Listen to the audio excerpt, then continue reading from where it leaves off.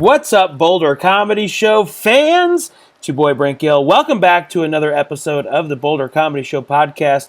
Today, I'm very happy to introduce comedian Derrick Stroup, who moved to Denver from Alabama, and very happy to have him on the show. Now, before we get into it, just got to tell you, we had a little bit of issues with this recorder while we were recording on site, so we're having to use the audio off the GoPro. My apologies. You can still hear everything fine, but there's a little bit of a wah in the background. So just a heads up. Don't hate me, but it'll get better as we go. Until then, enjoy the episode. Later. Ladies and gentlemen, welcome to the Boulder Comedy Show podcast. Tonight I am very excited to introduce to you Derrick Stroup. Hey, everyone. everybody. Welcome, hey. Derrick. Thank you for being here. Thanks for having me, buddy. Thank you for being here. We are. This is a wide-angle lens, so we are actually 6 feet apart. Yeah, no doubt. There's, yes, exactly. And my arm is 6 feet long. We have been quarantined together. I don't know why I'm lying to you. Who knows what's going to happen? But it's just two of us. So thanks for being here. Thanks for being here, Derrick. Yeah, no problem. I actually told him after I was taking my 8th bong rip. I'll probably have to redo this intro like 4 times. Well, Nick will know why. Okay, may I introduce to you Derrick Stroup? that I probably should have recorded this introduction beforehand, but we don't have to. Anyway, Derrick, everybody, is a comedian. We are in his home in Denver, Colorado. He is joining us live via satellite, and he is all the way from Alabama, and he moved here 4 or 5 years ago? Yeah, 5 years ago this August. 5 years ago this August, and Derrick, as we ask everybody, let's fire right into it. Okay. How and when did you get started? Because you started in Alabama. I did start in Alabama. Yeah, I started in Jacksonville, Alabama. Okay. Which is in East Alabama. It's between Birmingham and Atlanta. And I was the general manager of a couple bars there in this little college town. Wait, you were of like several bars at the same time? Yeah. There was a bar, Pelham's, which is kind of like a Irish pub, open from 2 to 2, 6 days a week. And then across the street was a place called Brothers, which is like a big honky-tonk, big stage, big middle bar, no liquor, just beer sales at that place. Lots of music there. Sam Hunt played there a good bit while I was there. Riley Green, Drake White, a few guys that are doing pretty well in country music that 4 people watching this will know. 4 people I do not know at all. He doesn't know Sam Hunt, so he's never listened to the radio. I'm sorry. I haven't listened to the radio. That's okay. True. But yeah, so I put myself up on stage. There was no open mics. I didn't know another comedian. Whoa. Hang on. You just literally you created your own shows. How big is this town? All right, this town's like 7,500 people. I was in a fraternity for 5 years there. Knew a lot of people in the town. Ran this bar for a couple years. And just, a lot of my buddies would be like, hey, you should do comedy. And it's not a real thing. Like, how do I do comedy? There's no stage to get on. There's nowhere to perform. So I just decided, I put myself up at the Brothers Bar stage. And I made, there was no cover, and I made beer like $1 a pitcher. You put yourself up like the headliner, like you weren't hosting for the shows. Nope, I had my doorman, Adam Cantrell, who's my head of my security, was my intro. Okay. He introduced me onto the stage, and I would come on borderline blackout. And you just wanted to do a comedy night. Yeah, and I would do 45 minutes to an hour of just blackout comedy on like just the local weed man, like how we didn't have a Chick-fil-A, just a bunch of like, it's kind of how I started into how I talk about a lot of local stuff. I did a lot of stuff that was tangible to all of us in the room. But yeah, and I did that. I eventually brought on my roommate. He was an opener for me for like a year. I know. There's this comedian, his name's Southern Mama, who got in trouble a couple years ago for some stuff. Put him on the first show he'd ever been in. He's from the same county that this bar was in. Put him on the show. First time he'd ever done comedy. His name's Darren Knight. He was the guy with JFL. Okay. Yeah, they got in trouble or whatever. Yeah. So anyways, I did this for like 3 years. About once every 4 months, I'd do 45 minutes. Okay. Yeah. And I mean, I basically was inspired by, I saw this special by Robin Williams. It was live on Broadway, 2006. Yeah, I had that special. Yeah, and it was pretty inspirational to me that, this was like 5 years later that I started trying comedy, but every other comedian that I'd ever seen or people around me that I'd really liked had been like knock, knock, joke, punt, just set up guys like, here, joke, here, joke. And then I saw a guy get on stage and lose his mind. And he had no boundaries to how he acted. Like I didn't remember hearing a joke really. I just heard like all these thoughts and rants and impressions and stuff. And so it was inspiring because I was like, okay, well, there's no rules to this. That was before you started. That was before I started. Yeah. So you saw Robin Williams live on Broadway, that show. You're like, okay, I think I can do this. So then you created a comedy scene in Jackson, Alabama. Jacksonville. Yeah. Okay. Were there comedy shows happening there at all, period? Never. Yeah, there had never been any comedy shows there before. If people in the college wanted to do comedy, where would they have had to go? Nobody I'd never spoken to one person that had ever told me they wanted to be a stand-up comedian or would do something like that. Like, I was absolute garbage, and people would treat me like a god when I got off stage because they could not believe I got up on stage. You had the courage to throw up. Sing The Devil Went Down to Georgia, R.I.P. Charlie. And then got off stage. They could not believe I got up there and did not sing. I was just talking. And there was nobody else. There was no scene. I ended up, a guy named Gary Cargill, who opens up for Southern Mama now. He's like 60 years old. I got him into comedy because he's one of my close friend, Caleb Cargill's dad. He used to come around smoking cigarettes, come off the golf course, lit up, telling stories and shit. And I was like, I need somebody like this to open up for me. So Gary Cargill, this 50-something-year-old man at the time, became my opener. He'd dress as a golfer, get up there, do 20 minutes. I'm telling you. And we would do these honky-tonks in East Alabama that were like, so so far out there.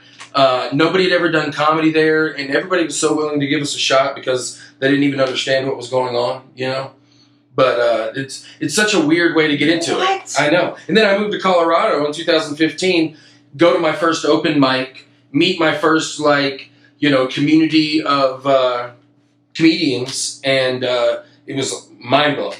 I could not believe. I remember I met a comedian, Jose McCall, and I asked him how many nights a week he did comedy. He said he went to, he did shows and did open mics like 6 nights a week. And I was going around telling everybody I was a comedian. I did 45 minutes once every 4 months for 3 years. And I was like, oh yeah, I'm a professional comedian. That's what I do.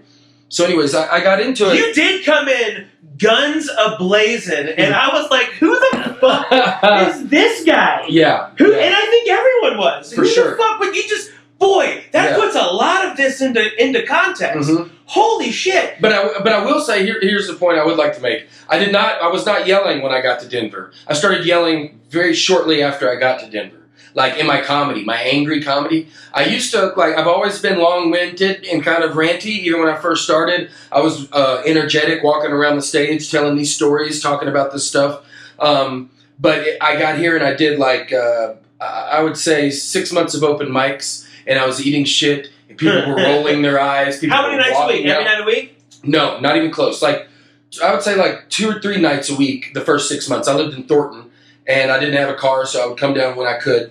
But I remember I was at Mutiny, and I had something I wrote that afternoon that I thought was pretty funny, and nobody liked it. And it was some comedians that were crossing their arms and walking away, and I got pissed off. And so I started talking about what I was talking about a lot more pissed off. And I was like, and everybody started paying attention, and it snowballed from there. Oh, yeah. And it was already, at the surface, I think, with how I was as a comedian. But that's how I found it, with true frustration of just eating shit all the time, not being accepted, I felt like. Because this scene is, especially, 5 years ago and even, 10 years ago, it was so competitive. And there were so many comedians, so many funny people. And I wanted to come in and immediately make a splash, and I didn't. And me getting pissed off and taking it to the stage ended up playing in my favor because people liked the more angry approach. Yeah. So 2 questions. Okay. On that note, what kind of act did you have? Long-winded stories. Okay. Just that, not a big payoff with some details in between. One thing that I learned from going to mics is how to fucking wrap something up. because I'd never been given the light before. It was my show. It was my bar. These were my specials. Don't give me the light. I'll get off stage when I can't feel the Jaeger bombs anymore. And so now, I remember being at Tobias's mic in Boulder at the smoke. It's not far from your place. Johnny Cigar Bar. Johnny Cigar Bar. Yeah. And I've been up there for he's lit me 4 times. I'm in the middle of telling this story, and he just grabs the mic from me, and he's like, "Hey guys, come back next week for the longest fucking story I've ever heard." And I just went home that night, and I was so mad. But then I realized that you got to tighten it up. You got to make it punchy. You got to make it, And so that's when I started to, And that's the great thing about open mics. I don't really write that much, but I can feel so much on stage. And I was learning how to chop this stuff up and only keep the good stuff and that sort of thing. So, coming to Denver was accidentally the best move in the world. I didn't strategically super plan it out. I knew that there was a decent comedy scene here. I had watched this thing on Vice. I watched Sam Talent hit a grab bong out of a plastic bottle, and I thought, my God, there's rednecks there too. I'm going to show a clip of that because that's with me. Yes. So and I thought, you know what? These are the type of people I could be around. And when I got out here, I just didn't know there was going to be so many stage opportunities, and it's worked out, for the better. Tremendously. Yeah. I think it really has. What a fortunate accident. It was clearly meant to be. Yeah. If you want to look at it that way, which I do. So now, did you grow up in Jacksonville? Mm-mm. That's where I went to college, but I lived there for a decade. I was there for 10 years because while I was in college, I started working at this bar, and then I became the general manager after college, and then I got a couple DUIs and couldn't drive out of the town, so I lived there. For a couple of years. You know how fucking belligerently drunk you have to be to get a DUI in a town that small in tough. In South? You got to forget to turn your lights on. Dude, you got to forget bad. you got to forget to turn your lights on. God. You got to just be driving on a Thursday night football game at 11 p.m. You got to be driving through the middle of the city without your lights on. Idiot. Then they'll pull you over at a Grub Mart, like they pulled me over, and I get pulled over. The Grub Mart was the gas station in this town, the most popular. It's packed. It's Thursday night football game. I'm getting arrested. The guy that sells me weed, yells at the cop, "Stroop's a good dude!" While I'm being arrested. Right in the middle of the parking lot in front of everybody. I was like, I appreciate it. Man. Yeah. That's what, okay. All right, that's what left you there. All right. Yeah. That was the first DUI. Now, here's the follow-up question. How are you doing, now that you're here? Yeah. Now that you know how to do comedy, you know what real comedy is. Yeah. You've traveled around doing it, you've gone back to do it. How are you doing in reality? And, because then I'm going to ask, how'd you think you were doing? But how are you doing in reality? What do you mean, how am I doing in reality? How when you were doing those shows in Jacksonville, for 45 minutes. Oh, awful. How were they receiving it? What was going on? Everybody loved it. Did they really? Yeah, everybody loved it. People would come up to me. So it went well. The jokes might have been terrible, but it went well. Brent, something that was super cool would happen, man, is eventually I started packing out these. I didn't just do this to 9 people. It started off with 9 people, and then it went to 40, and then it went to 60, and then it was Derrick Stroup's comedy night, and the place was full. All the way to the back, as far as you could see. And there was 100 people, and I was doing 45 minutes, and it was just, I was blackout. I drank until a year and a half of doing comedy here, and I'm better at comedy sober. But I definitely, I could ride some wind for a long time going up there as drunk as I'd take 4 or 5 Jaeger bombs, 5 or 6 shots of bourbon, grab the mic and go, get up there and just go. Well, and I shouldn't just act like I saw the Robin Williams special and was like, oh, this is comedy. The type of comedy I grew up watching as well was BET Comic View. That was what I watched the most when I was in middle school and high school. I would stay up late. I was watching Ricky Smiley and Bruce and these guys from way back, man, Capone, and then I would stay up and watch the blurred out rap videos, to keep it real low. I didn't want my mom and dad to freak out, but just huge asses shaking, and it would be the really rated R rap videos. But I would, the comedy that I watched was not your typical knock knock setup jokes. very demonstrative, storytelling, and so that was the comedy that I was drawn to from the get-go. I've never been like a Jerry Seinfeld fan. I've never been like a comedy junkie where there's like all these guys who I just listen to on albums and I just love how they chop out jokes. I like performers with jokes. Yep. That's just me. Yeah. So that makes sense why, if that's what you watched starting. Yep. Growing up, watching BET and stuff like that, that probably makes sense why you did well in that situation, because you were doing exactly what an urban comic For in sure. an urban room does. Exactly. They don't want jokes. They want to be here in the moment. Exactly. They want to have the story. Exactly. You know what I mean? And I mean, I talked about everything that we all dealt with on an everyday basis. There were no jokes. I wasn't trying to teach anybody anything. I wasn't trying to inform anybody on anything. I was there for me in the room to make fun of these things together or talk about these things together. And I feel like I still take a lot of that to the stage today. And I think how I started plays into how I don't have a normal structured type set. Because I didn't start off with anybody coaching me or being like, this is how you do it. I just just getting up there and just losing my mind from the get-go. Right. So yeah, interesting. It's an interesting start into comedy. But I mean, I ate a bunch of humble pie when I came here. I just made sure I didn't eat it for too long. I'm sure you ate that pie a while. I can't remember when I first met you. I remember when I first heard you on stage, and I was like, just needs to stop yelling and I'll be fine. Yeah, I'm sure, and he'll be fine.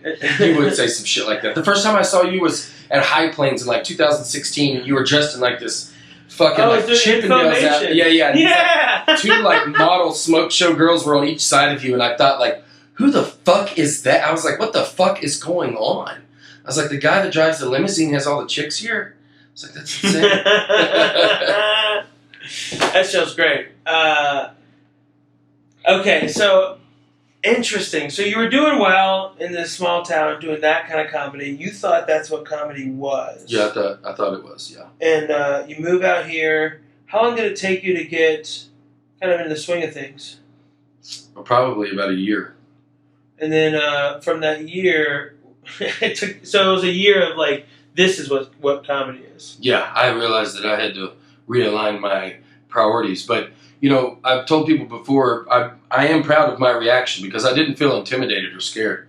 I felt I wanted to tackle this. I felt capable. I honestly saw some comedians that I thought were pretty good, asked them how often they worked on it. I compared it to where I was at, how often I worked on it, and I thought, oh, if I get on stage as many times as you do, I'm going to bury you. Like, if I get that much practice, then I think you're in trouble. How long did it take you to cut your shit down? That's what took the longest. That's what took the... I think I still, I haven't got this figured out. I'm still working on how to not go around my elbow to get to my asshole, and that's one thing that, I miss about Deacon, our mentor. Yeah. Is he was good at coaching me up on stuff about that, mentioning stuff like, hey man, that took way too long to get to that fucking joke. Like I went to the back and checked the Nuggets schedule, came back out. You were still working towards the punchline, and so those things I'm still working on. I think I'm starting to get honed in on how mad to get and how not mad. You've seen me. There's times where people are like, well, that was too much. So I don't even know what he's talking about, but he's way too mad to be inside this building. But I'm starting to hone that in, so that's good. I think you're doing a good job. Thanks. I think you're doing a pretty good job. So, do you ever go back to Jacksonville, Brent, Gill. I'm going to Jackson. Well, quit going there. And I'm lost again. Jacksonville, Alabama, where Jacksonville State University I always think is. Jacksonville, Florida. Everybody does. One year, one of my favorite football games I've ever been to in my entire life, college football game, our little school, we go play University of Mississippi. We go play Ole Miss, at Ole Miss. We're in the stands. We're down by 14 at halftime. They're all telling us to go back to Florida. What a long drive to leave. We're like, we're from Jacksonville, Alabama. Well, listen to this. Triple overtime. We beat Ole Miss. Yeah! One of the biggest upsets in college football history. Yeah! I was there. Y'all were D1 football? D1 AA. Okay. So we were basically like a half a division down. Sure. We were the gimme game for them. Right. Upset them in 2010 at their place. and that was an unbelievable night. But no, I have gone back to Jacksonville and done comedy several times at. Were you there for that football game? Oh yeah, I was there, dog. Really? Triple overtime. Let me tell you something. There was a freshman quarterback that won the fucking game. That came in. How exciting is this? What happened to the let me give you quarterback? another. Well, he got into the bar the next night that I ran, and he was 19 years old. You can don't edit that, Nick. Let him know. You beat Ole Miss in triple overtime. You get cold fucking Coors Light the next night. There's no doubt about it. I was sliding him lemon drops like fucking. I mean, he was the You're hero. 19. This is what you're probably like. Cody Blanchard is his name. He was a two-sport athlete at Jacksonville State University. Came in as a freshman. The quarterback for Ole Miss was this guy's last name was like Masoli. He transferred from Oregon. I remember that dude. He transferred from Oregon. Had the long hair out of his helmet. He's a quarterback. He was playing for Ole Miss. We ended up beating him triple overtime. It was, before the game, all these fans were like being so nice to us and shit. After the game, they were, weeping, telling us to get the fuck out of their town, like losing their mind for sure. Yeah, it was awesome, man. Welcome, spend your money. No, get the fuck out. We don't want your money, dude. That's awesome, dude. We drove around the nicest neighborhood I've ever been to in my entire life and smoked a blunt that looked like a miniature league baseball bat. And I was terrified. These houses were mansions. I don't even know what neighborhood we were in Oxford, Mississippi, but I always remember that night. That's how we celebrated, because we stayed in a hotel that night. We didn't even, we weren't going to drive back. We'd been drinking all day and such. But yeah, that's a great memory from college for sure. That's fucking wild. It was wild. Yes, it was the best, man. It was on ESPN. We didn't ever get. Now they show more of like these smaller schools on ESPN. This is back when like none of that ever happened. None of these schools got any ESPN time. We never got any of that. And then we upset Ole Miss and we got some ESPN time, which was pretty dope. But yeah, that's a great memory. But yeah, back to what we were talking about. I do go to Jacksonville, done some shows there. Do they not like you now? I wonder, since it's so different. Is that muscle still in you? No, I do not go back and do comedy there anymore. I knew a bunch of people in that town for a long time, and that kind of helped my draw. But it's tough to draw in that town. I don't know anybody there anymore. So they're not just going to go to a comedy show. What about the idea of a comedy show? Well, they did last time. Well, no, everybody knew me. Like, the town was so... it was 100 people in that room, and they all knew me somehow or another. Got you. It was that tight of a... there's 3 bars in this whole town. So, and I'm the general manager of 2 of them. Gotcha. We've bumped into each other. So... but I've done shows... Were you getting paid? Oh, yeah. I would... So you moved here. Would get paid. I would get... nothing crazy. I would take a cut of the beer sales, because I wasn't... You were charging the door? Not for the... Well, I think I was at the end, actually. Let me tell you something. I was... right before I moved out here, I did the show at this huge bar in Rome, Georgia, and I was paired up with a very popular... I used to go to school in Rome, Georgia. Oh, did you really? For a year. Shorter? No. Barry? Darlington. Oh, you went to high school there. Okay, Middle school there. Because I was on that track when my parents then moved. Darlington is a very nice school. It is. Very nice school. It is a nice school. The problem is I was an asshole when I was a kid. And so my parents were like, it's fucking military school or this. And thank God my parents decided Darlington. Yeah. That's what made me funny.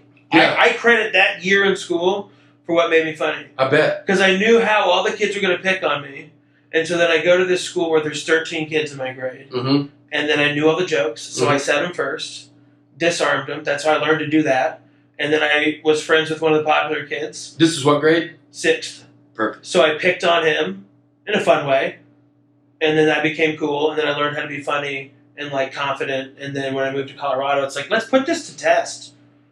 And that was that. That's pretty cool that you can directly... I kind of have something similar to that, being how I got moved up my 10th grade in high school, is when I tell people I figured out, I was like, okay, I'm funny. Like, I think I've got something here. Not ever like stand-up comedy-wise. Entertainment. Yeah. I want to be something funny. Yeah, exactly. And I got moved up to the varsity basketball team to do a few games. Basketball? Oh, yeah. It's a hooper, dude. Nick, keep that in there. You were in a football? Hooper. You were in a football? Yeah, dude. Let's spell that out. Hooper. I'm going to go ahead and tell you. Pump, fake, and shake. I'm out of there. But no, I got moved up my 10th grade year for a few games, and it's only white dude on the squad. And we're on the bus riding towards the game, and a couple of players are like under their breath making fun of the coaches. and I start making fun of the coaches with them. Your coaches? And yes, and it starts causing a commotion, and the coaches ask what's going on, and they're all laughing, and they can't hide it, and they're like, Stroop's lighting your ass up, coach. And Stroop's like, what? They're like, coach is like, what are you talking about, Stroop? What you got? And so then I just start firing off and making fun of them, because in sports at the high school that I went to a giant high school in North Alabama. Tiny town, big high school? Huge high school. Harvest, Alabama, Sparkman High School, massive. I mean, and was that the high school that all the small towns got routed to? Pretty much. Well, what it is like Harvest, Alabama is an area full of, that used to be all like cotton and soybean and apple orchards, and now it's okay. You might want to edit that. No, listen, it's insane. Yeah, I mean, I did. Yeah, I did. It is weird coming from Alabama, and like you move here, and you're like, dude, I love cotton, and they're like, I'm sure oh, right. And I'm like, no, it's a plant that grows out of the ground that grows underwear. Do you understand? I want you to don't show me a peach. Show me a plant that has leaves that gives you a sports bra, Brent. If I'm not making a good point, tell me. But I mean, it's out of the dirt, out of a seed. We're talking about pants, okay? Anyways, so. I don't even remember what I can't either. I was just trying to figure it out. All right, so my high school, all the sports teams. Big high school, and Harvest, Alabama is comprised of, because it used to be cotton, and now it's all subdivisions. Okay. Now it's all homes. Okay. So it's just a bunch of people out here, and it's not like your town was only like 7,500 people. Jacksonville, Alabama, where I went to college. Oh, Harvest doesn't have a ton of people, but I mean, the Harvest is a community, and then there's Tony, and then there's Madison. I got confused. High school, not college. Yeah. So my high school's huge. 50-50 black to white ratio. All the sports teams, I would say 80-20 black to white ratio. Okay. So on the basketball team, 1 or 2 white guys. On the football team, 15-20 white guys. Something, or, maybe 30-40 white. We had a huge, 110 guys on the football team. Anyways, constantly in the locker room, everybody's making fun of each other. All my black friends are like doing cut downs and like joking on each other's jeans, shoes, whatever. And sometimes they would fire some at me, and then I would fire it back, and the whole room would explode. And I was like, oh, maybe there's something. Yeah. In my 10th grade year, when I got moved up onto the basketball team and the varsity team, I found out, I was like, oh, okay, some of these, maybe I'm funnier. Because, when you hang around your friends all the time, you're just like, these guys are all idiots. They're all laughing at me, but they're all dumbasses, I was in the back of a bus as a 10th grader with a bunch of seniors around me. They had more reason to flick my ear than they did laugh at my jokes, and they were dying. And I was like, okay, well, maybe this is it. I gotta ask, you named some colorful openers that you assigned. Mm-hmm. Hunter Colbert, Gary Cargill. What are they doing now? Gary is doing great for himself. He's Southern Mama Darren Knight's opener. He still hosts for him. Still doing comedy. Sells out casinos. His life has been changed. He makes great money. Did we get that on this tape? Mm-hmm. That story? Yeah. Okay. Mm-hmm. Just making sure that we're not... Okay. No problem. So Darren Carter is still Darren Knight. Darren Knight. Excuse me. Darren Knight. Yep. Darren Knight is definitely still working. I mean, he became famous on YouTube doing these videos of impersonating like a Southern mama, and Gary is his opener. He's his host. Cool. And he's still doing it today, and he mentions me pretty often and thanking me for starting his career and getting him into comedy and that sort of thing. But it's it's pretty cool. I got started in a way that I think in the end is an advantage for me. Yeah. So. Wow. And what about the other guy? Your roommate? Yeah, Hunter Colbert. He doesn't do comedy anymore. He has a family, and he used to. Did he try to do comedy? No, but not. As the years went on, I saw every joke that he ever told on stage on the internet, and I kept thinking he was writing these singers. I was like, dude, you need to. I was like, you've got a gift, dude. Like, you're way ahead of me. You're just shy. And then I see every one of his jokes on the internet over time, and I'm like, oh, he didn't write. Gotcha. Not one of them. Not one of them. He killed a few times. Tough to follow. When you got other people writing. The Bob Saget brother. Yeah, right. All right. So then you're here now, and you've been here for 5 years. Things are going well. You're on the pro list. Yeah. At the Comedy Works. So this is pretty much as high as you get. Yeah. There is no comedy. No. Hasn't been comedy for 3 months. Have you done a live show yet? Yeah, I've done a couple live shows. We talked about it. You loved them. Yeah. What do you think what do you think's next? Because here's what I'll say this, right? All right. I thought that August was going to be late to the game. Mm-hmm. And as of now, it's looking like August is pretty far away. Or no, is way too close. We're going to have to wait longer. So, I mean, what do you, as clubs don't open, as clubs do open, are you going down to those clubs if you get invited? Yeah, I'm working. Yeah? For sure. And then, when do you think if these other clubs are going to open? I don't know. What do you think live entertainment's going to happen? I don't know. I'm optimistic, but that doesn't mean that I'm right. That just means that I'm hopeful. I hope it's soon. I would think August we should be able to get back to doing it, but I would hope so. But man, it could be. That seems pretty close. Yeah. Well, I just rescheduled some shows at Zany's for August, so I'm hoping. Nashville. Mm-hmm. Cool. All right. Opening for Sam Morrell. Nice. Yeah. He's fun. Sounds like it. If people want to follow you, Facebook, Derrick Stroup. YouTube, Derrick Stroup. Spell your name. All right, perfect. I'll put it on here. DerrickStroup. It's the Green Chili Hillbilly. The Green Chili Hillbilly. But I wasn't drinking this beer tonight for the heartburn. But there's not really a lot of heartburn. You don't even like green chili. Yeah, I love green chili. That's incorrect. You love green chili, but why don't you like green chili beer? I mean, I don't know. I brought you two different kinds of green chili beer. Yeah. And you're like, yeah, they're good, but no. I mean, I'm not a beer guy in the first place. Easy, Colorado. I just, I like bourbon, particularly. I like Kentucky bourbon, and I rarely drink beer, I do like hard seltzer. I like Trulies. I'll drink the fuck out of a Truly. You got a Truly? Give me a Truly. Have you had those Truly lemonades? No. Yeah. My girlfriend Alyssa was just talking about today Truly lemonades. She showed them to me. $13.99 at Safeway. I go to the unsafe way off of 20th in Denver. But you watch out. But I want to try it. I'm a Truly fan. You got a good Truly joke. Don't tell it now, but he's got a pretty decent one. I'll play a clip. Yeah. That's even better. Comedy Works finally started selling White Claw. I don't know if we have any clawers here. There we go. This guy makes it right there. This fucking idiot. That guy's got it. Dude, so like when White Claw had that shortage, I started mixing White Claw with Truly, and I called it Truly White. You're welcome. Well, thanks, dude. I appreciate you coming on the show. That's a fascinating story, actually. It makes so much more sense. Well, that's cool. Where you are today, and especially not knowing that when I first see you. Yeah.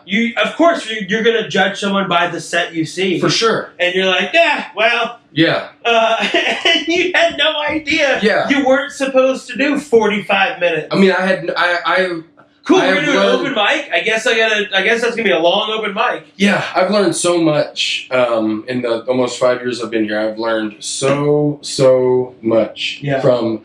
I mean, there's so many pro comedians that float around the open mic scene and show up at showcases, and I am a proud alumni of the Tuesday night New Talent Night that Deacon Gray started. And now Elliot and Roger are doing a great job with it. But when there's not a pandemic going on, it's a great program downtown. It is. But yeah, and I miss doing your show in Boulder. I tell people it's my favorite show in the country. We'll be back soon. Doubleheader on Sunday night. The food there is fucking fire? Bonkers. Dude, I love it. It's unreal. Yes, it is. It is so good. I miss the doubleheader. I miss walking down Pearl in between the shows. Taking a stroll past. If I knew that dental place, I would have given just a smooth shout out to it. Pearl, what is the dental place? Pearl Street Dental, baby. Walk past it all the time. Pearl Street motherfucking Dental. That's right. That's what I was trying to Dr. Higgins. He's the man. Well, that's great, man. I appreciate it. We'll get you back there as soon as we can. Can't wait. We have... and I appreciate you... I love editing. I appreciate you coming in, Derrick. Dude, I really do. I appreciate you having me. I'm glad we got to do it in person. Hopefully this sounds and looks good. If it doesn't, it's at least recorded, so you're going to hear it. You're going to see it. But this is our first on-location episode, so it's our first on-location epi. So anyway, thanks for tuning in. Tune in next week for Al Jackson, who will be on the show. And Al's great. Al's the best. Yeah. And we'll see you guys next time. Good night. That is our show, everyone. I hope you enjoyed it as much as I did. Big thanks to Derrick Stroup for letting us in his house and recording. Sorry about the audio, but I still think it sounded pretty darn good given the circumstances. If you haven't checked out our other episodes, please make sure to check those bad boys out right here on BoulderComedyShow.com. And don't forget, we got merchandise, Boulder Comedy Show shirts, pint glasses, all that good stuff. Just head on over to the BoulderComedyShow.com/shop. You can find all that information there. And make sure you check out our live stream every Sunday night at 7 o'clock until we are live again back at the Bohemian Beer Garden. Till then, we'll see you next time. Goodbye.